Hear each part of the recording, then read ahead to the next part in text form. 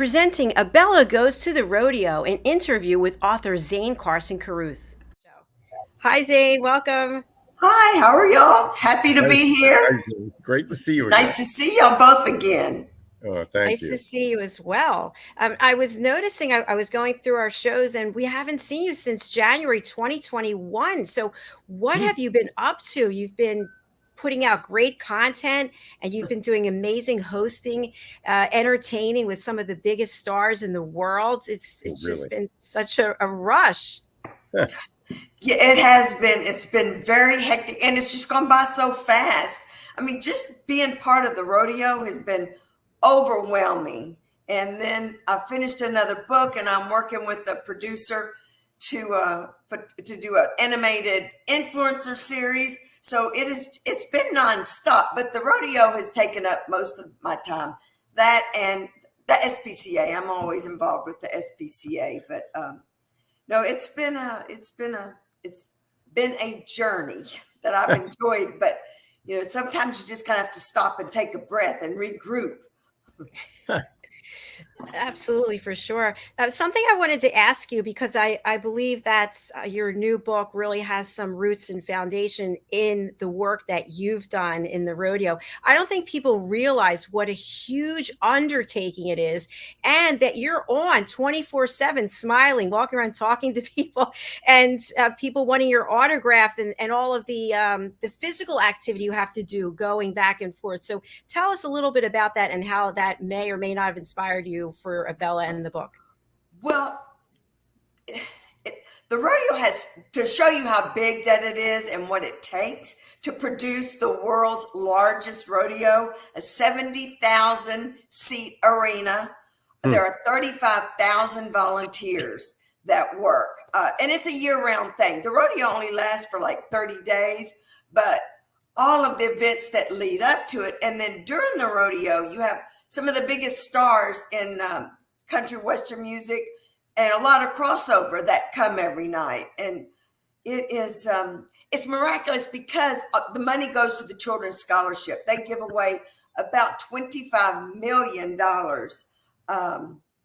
every year, or have been for the past 2 or 3 years. Even during the pandemic, they met all of their financial requirements and promises for the kids' scholarships. So a lot of these children, it's the first generation college, and they're the first generation that speaks English, a lot of them. So Hmm. it makes a huge difference in individual lives, and it impacts Houston financially, and it launches stars. I mean, like Parker McCullum. I mean, he played at the rodeo, one of the very first this year, and now you see him everywhere. He is well on his way. And Gwen Stefani, when she was asked to be on the rodeo, and she said this on the Tonight Show, Jimmy Kimmel, she goes, I was thinking Hmm. rodeo, but she was blown away. It's 70,000 people are yelling and screaming your name and buying tickets and promoting the world's largest rodeo. Plus, it's the real deal. Those cowboys, they get on those bronking bulls and those bronking horses, and it's something to behold. I'm very proud of my husband for the work that he has done. He's been involved 30 years. His dad was head of the rodeo, and now he is, and now I'm first lady of the rodeo. Anyway, this coming year will be our last year. It's a 3-year commitment, and Hmm. I've enjoyed it immensely and met a tremendous amount of people because I was never involved in the rodeo. I never sat on a committee. Well, I did for just a teeny weeny bit, but not like these people. They take their vacations, save their vacations, the volunteers, to get their 30 hours in to keep their badges. It really is something that to behold, and there needs to be a whole TV show about it. But Right. and it is, you can't see it on the TV Cowboy Network. So, And Zane, we We do have a picture. Tell us a little bit about this. oh, that's my husband Brady, and that was closing day. That was the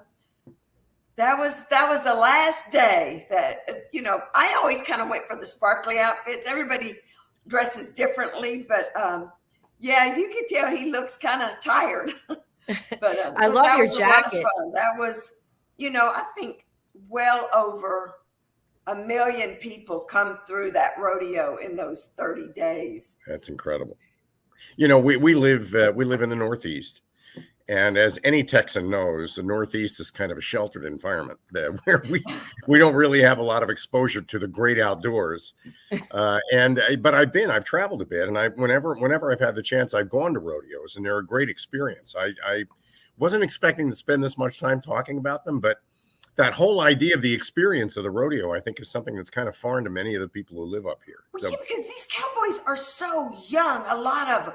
They've got 3 and 4 kids, and you see them getting bucked off that bull or that horse. And then earlier you see them in their little stroller and their kids, and it's a huge family affair. I mean, before the rodeo, we have somebody does a prayer. They sing the Star Spangled Banner. It's a very patriotic. It's extremely patriotic. It's life-changing for a lot of people. And I would invite y'all to come next year. It's our last year to be the head guy, as I call it. So you will never experience the rodeo like you do with the head guy. I mean, we have an armed bodyguard that walks around with us everywhere we go, and a driver, and you go through the back doors and you meet these stars, and it's a lot of them are this big. The camera does add 10 pounds.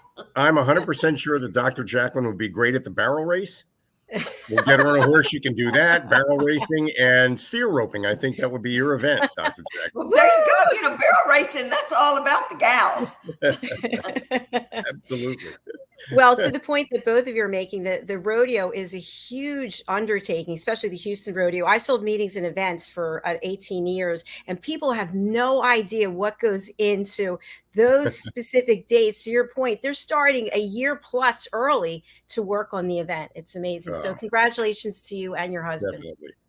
Definitely. And, now's a good time, I think, for everybody, a completely different gear we're shifting into here, but maybe you can introduce us to the character Abella and where she came from. And you've written a series of books now based on that character, haven't you? Yes. Let's talk about Abella, the world's first tooth fairy. Well, it started out how the tooth fairy tradition started. And I just loved her little personality. I patterned her after my daughter. So I kind of knew where I was going with her personality. And every book just shows a little bit different. She gets her magic wand. She starts a tooth fairy school, and now she goes to the rodeo. She meets the world famous rodeo clown. And then the book I'm working on now is she gets a new hairdo, and that's a little bit harder to do because there's just so much you have to worry about now when you write books, and especially children's books. And I think you kind of talked about that earlier.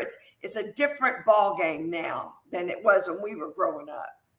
Well, that actually introduces the whole idea of we live in a much more diverse society these days, and there are a whole lot of interests that need to be accommodated and a lot of concerns people have. So partly the evolution that Abella has had to take is kind of social justice.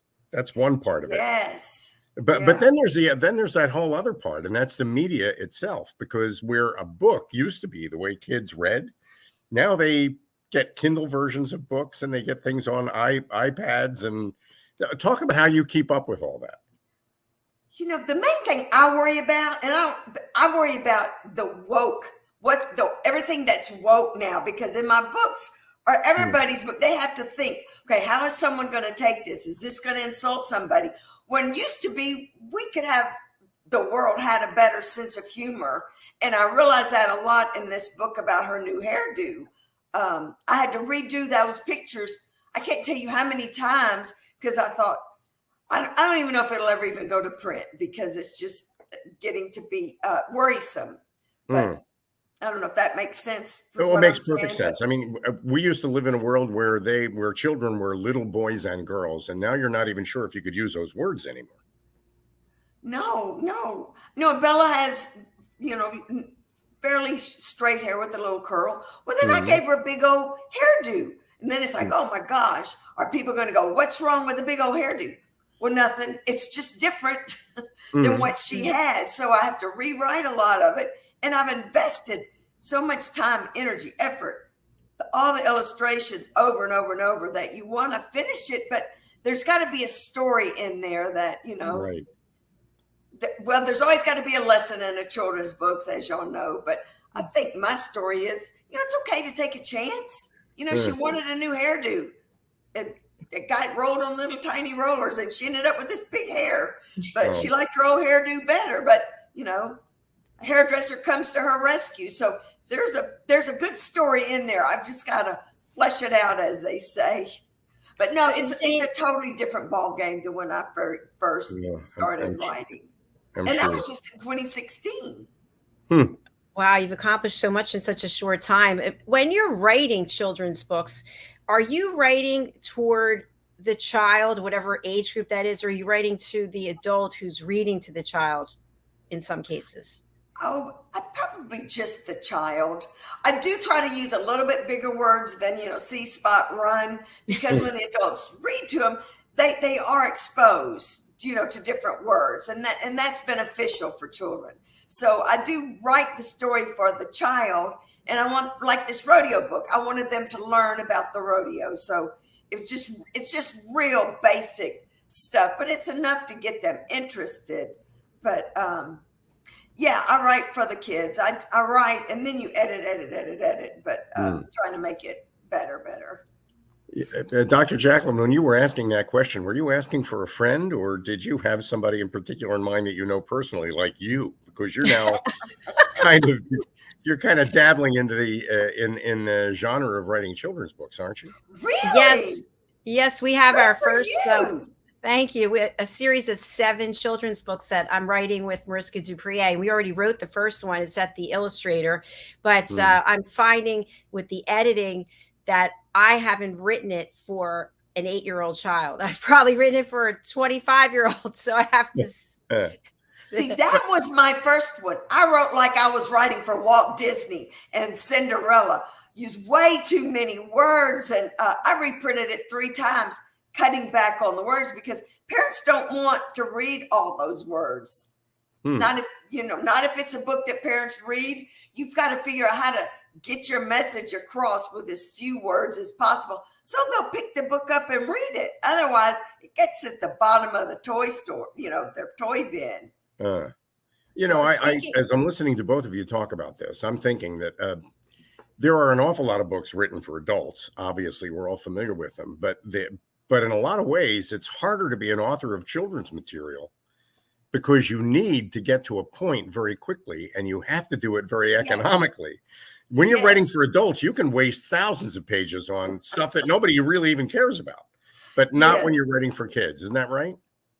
Yeah, because you go, oh, I don't want to take that out. I love that sentence. It's like, well, you've got too many words. You got to cut it. You always do your word count, and it should be definitely under 1,000 words, between 7 and 8 or better. But writers use a lot of words. That's just how we think. That's how we communicate. And that's been the challenge. Well, there are a lot of challenges, but cutting the words back and still getting the message across.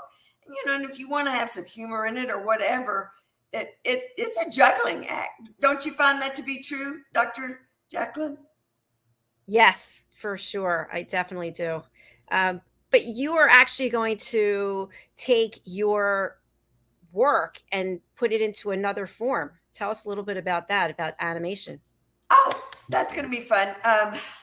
There's a guy named Rick Sigalo, and he was the one who brought Thomas the Tank Engine and Little People to TV.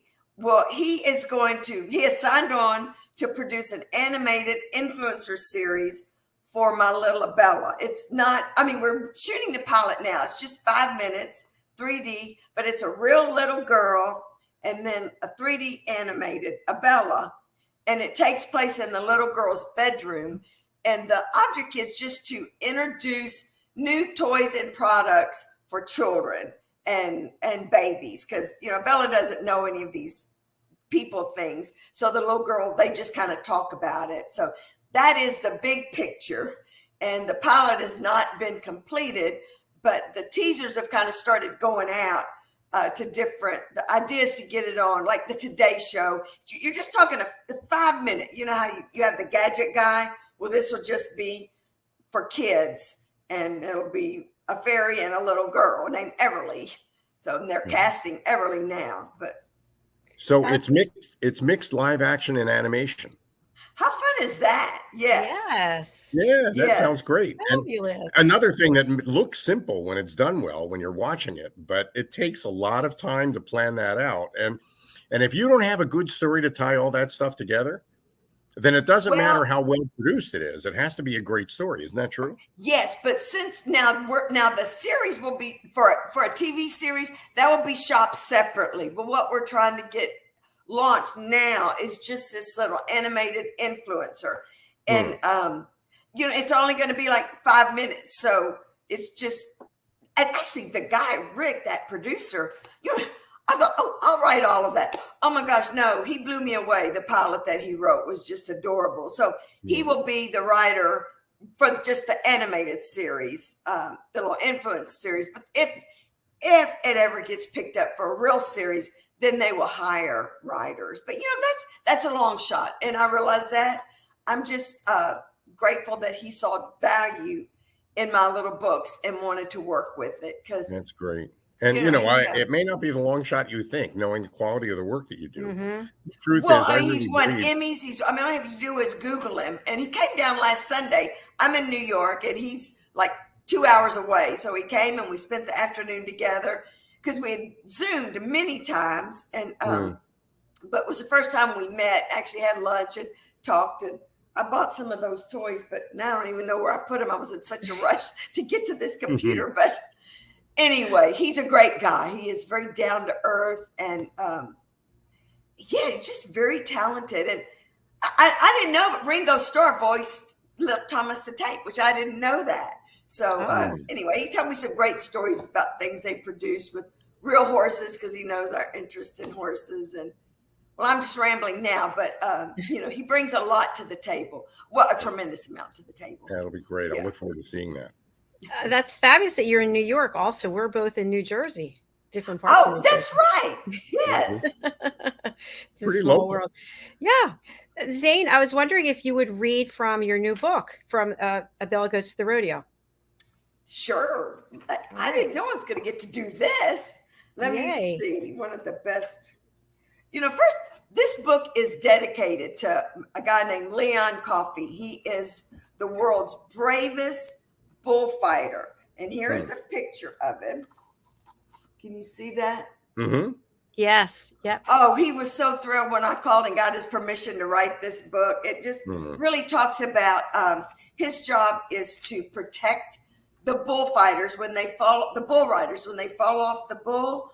The bull wants to charge them, and they have professional people like Mr. Coffey that gets between the bull rider and the bull. It says, all right, now this is the part where the bullfighter fell off the bull, and the mama cow had already told her, Abella, don't use your magic wand. You cannot change the competition. Well, Abella quickly reached for her magic wand after he fell off, and the cow snatched her with her tail. She goes, okay. So the bullfighters and barrelman sprang into action. It is their job to protect the rider and distract the bull. Their motto is protect the rider, protect your partner, and protect yourselves. One very brave barrelman dressed as a clown positioned himself between the bull and the bull rider on the dirt. As he was distracting the bull, the other bull rider fighters came and helped the cowboy limp off to safety. So it was only Leon Coffey and the bull in the ring. So anyway, to save himself, he ended up jumping into this barrel, which is real. I mean, it really is in the middle of the arena. And then the bull bats it around for a while. But the bull butted the barrel while Leon braced himself inside the padded barrel. After ramming the barrel several more times, the bullfighters showed up and were able to get the bull back to the pen. Everyone's attention turned to the barrel and Leon. Was Leon okay? Slowly, a white flag ascended, and Leon stood up, waving the flag to the crowd, going nuts with applause. Anyway, that's just part of it. I mean, the other part is what kids learn from this is when they ride a bull or a horse or whatever, they have to hold their hand in the air for 8 seconds to qualify for to win the prize. I mean, if you fall off before 8 seconds, you don't even qualify.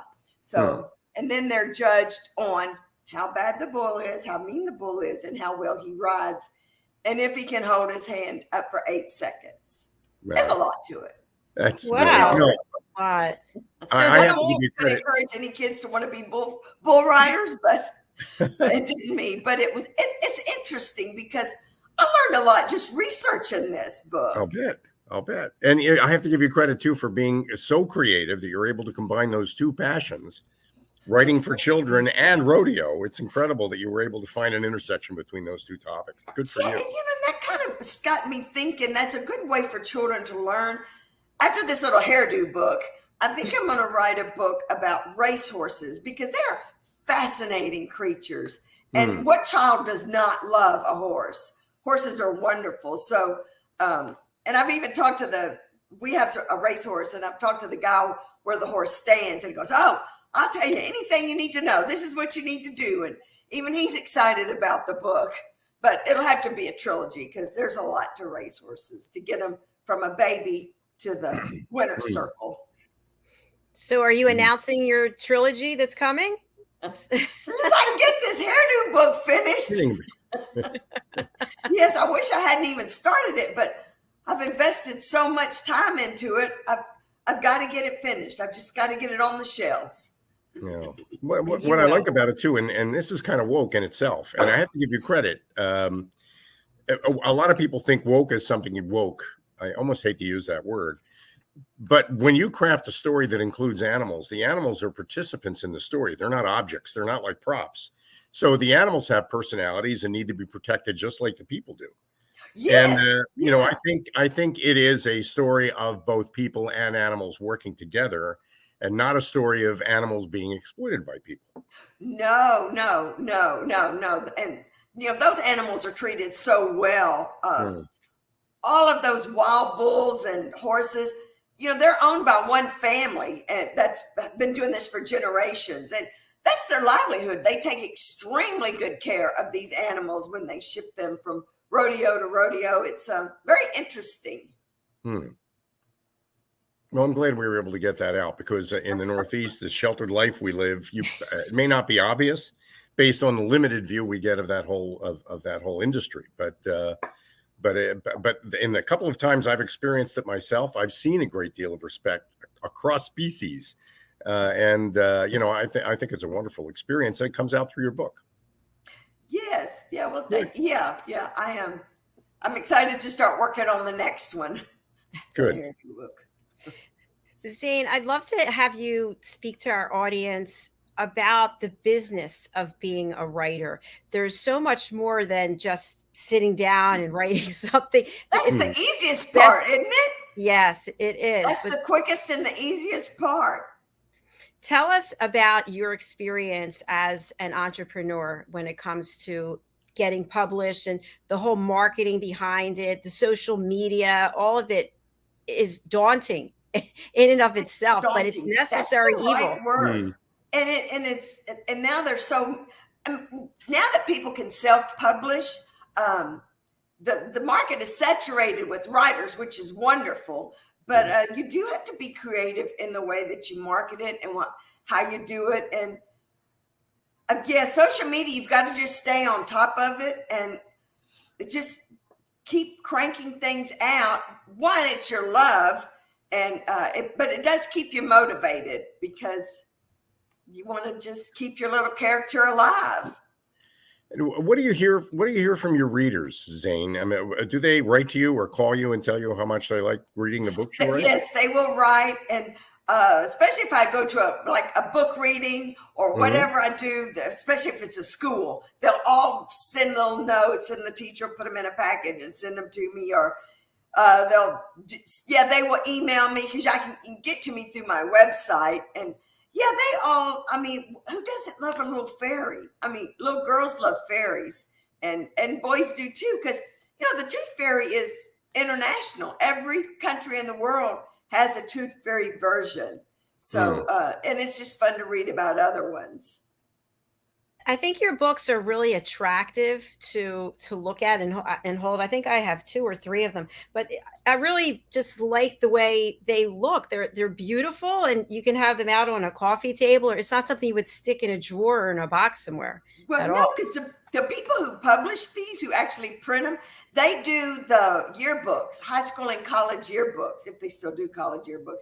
So they're very high quality. I just call them heirloom books. They're very high quality when I have them printed from there. I also go through Ingram Spark and do print on demand.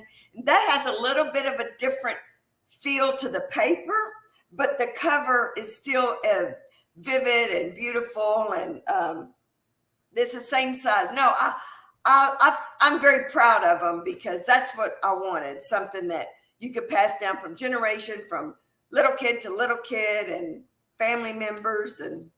But thank you. I thank you for saying that. My artist is incredible. My illustrator, he's a guy out of India, and it's called Between Animations. I think I sent you his information when you were doing your book. Yes, you did. Definitely. Thank you.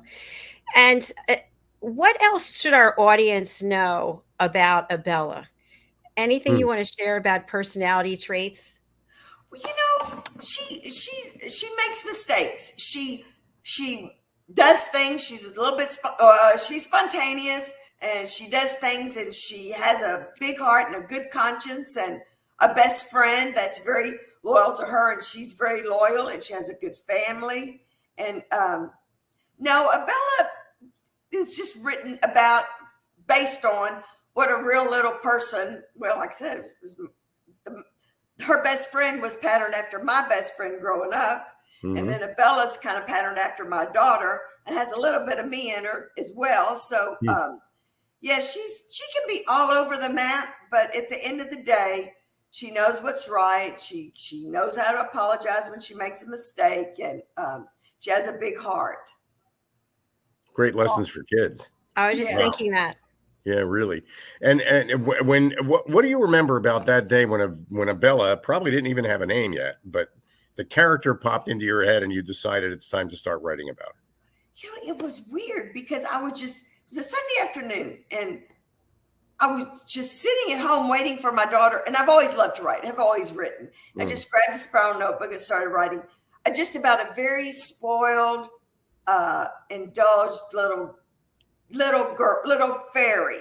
But it wasn't until she dropped her purse and that pearl came off that I thought, oh, the tooth fairy, because that was when the light came on, and that was very exciting for me because then I had some place to go with it, because I was just writing. I was just writing, waiting on my daughter to get home, and then the story had a focus, a beginning, a middle, and an end to it. Whereas before, I was just writing, you know, and there was so many words to it about her dress and the way, you know, like I said, I used way too many words in the beginning, but it was just how I enjoyed to write. But Wow, beautiful.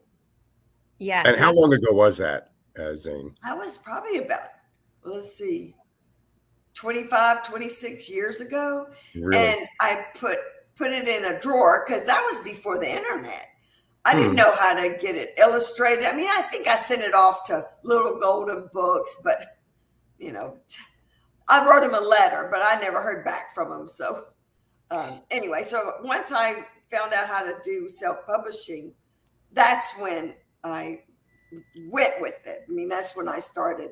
That's a laborious process, isn't it, Doctor? It is. Yes. I did both of my books self-published, but for this next book series, no, it's not going to be self-published. I don't even know if you can self-publish children's books anyway. I don't know how that works. Yeah, I do. You do? Okay. Yeah. Okay. Yeah. I mean, I do Ingram Spark, and I do, but yeah, no, I mean, I get the LOC numbers and the ISBN numbers and the PSIP code for the libraries. I do all of that. The PCIP. I do all of that. Yeah, and then just send it to them to print and do all the editing and yeah. Yeah, And it's how many hours a week or a month? Because I don't know if you're writing full time now, but how many hours do you actually spend on a book? You know, it doesn't take long to write them if you're in the zone. I couldn't hardly do this rodeo one because I was feeling pressure from all different sides. And that's when I finally said, oh, just forget it. Just sit down and write and don't think about it. Then I wrote it. But you can probably write a book in an hour if you're in the zone and you know what you're going to write about. But when you have to struggle with what you were going to write about, that's what takes the longest. But I knew when she got her magic wand exactly how that was going to go.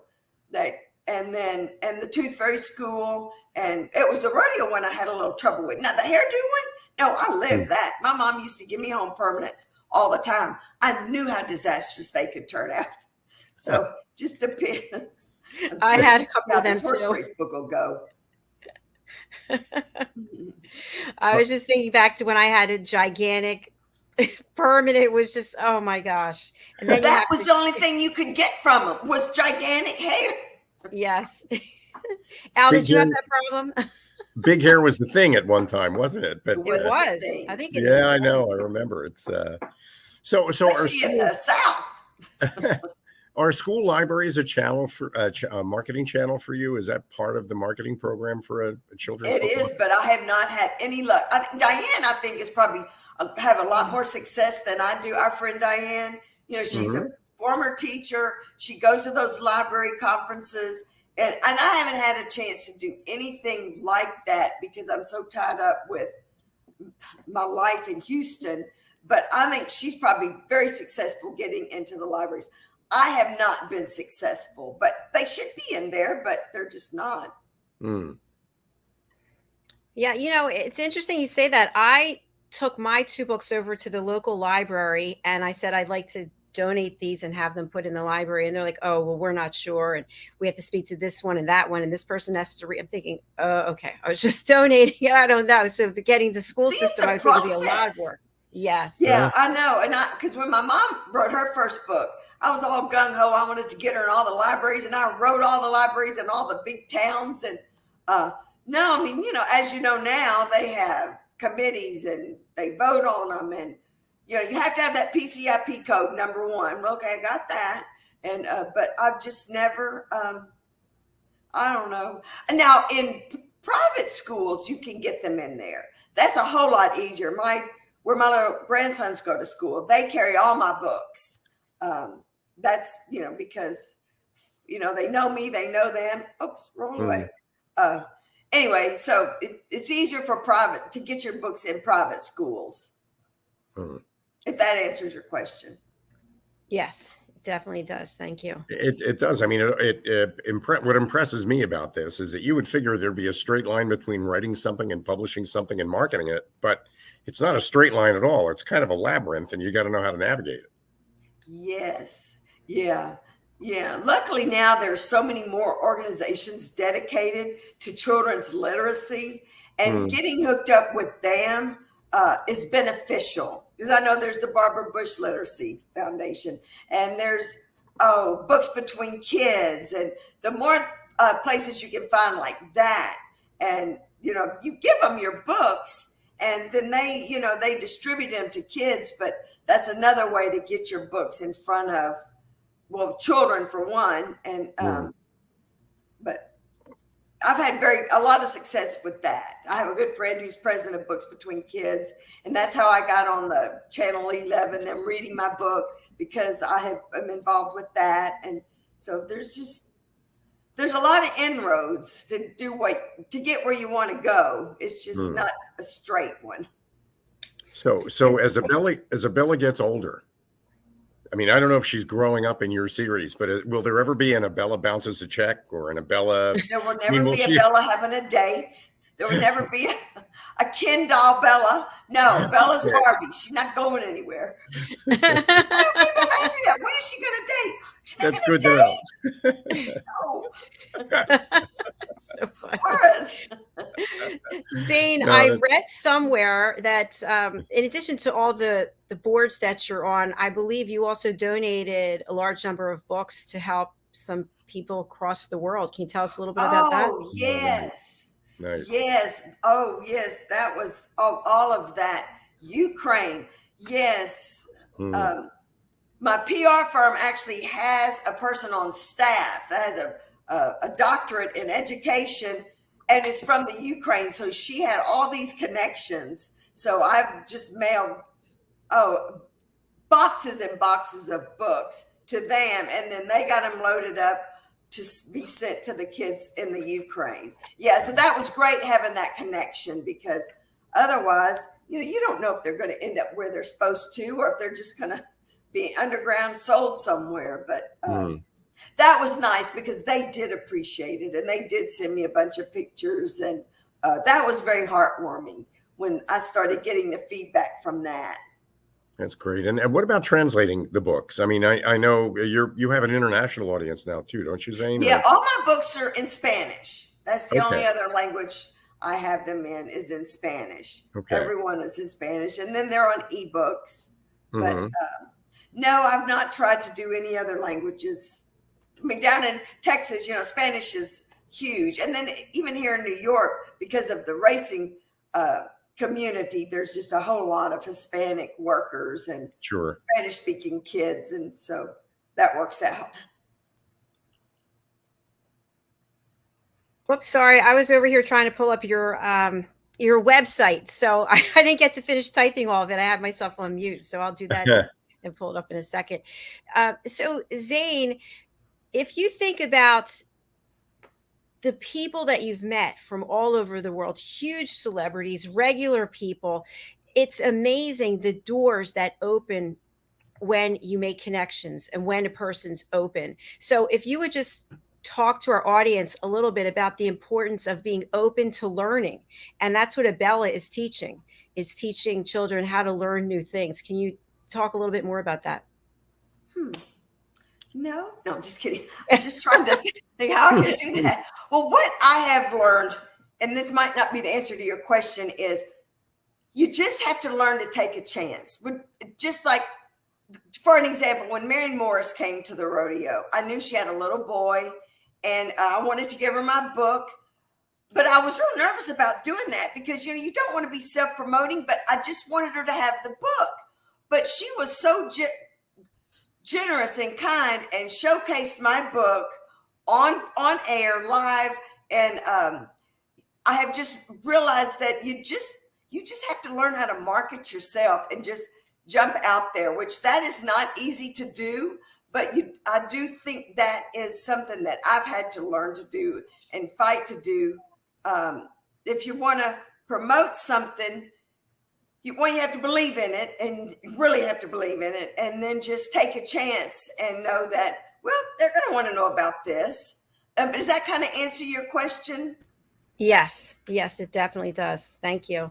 And I also have pulled up your website, if that's okay. We'll share it, and then people can see where they can purchase the books. Good. Okay. Okay. Here it is. Can everyone see that? I can. Yes. Okay. Zane, where should I go here?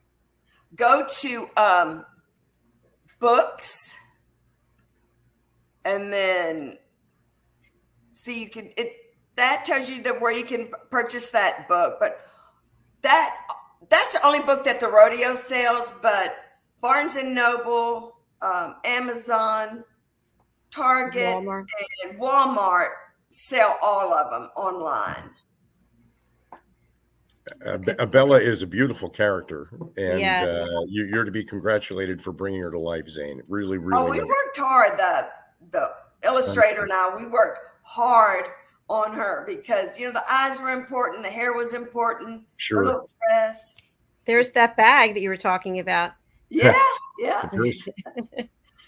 Really nice. There's Spanish. All right. Fabulous.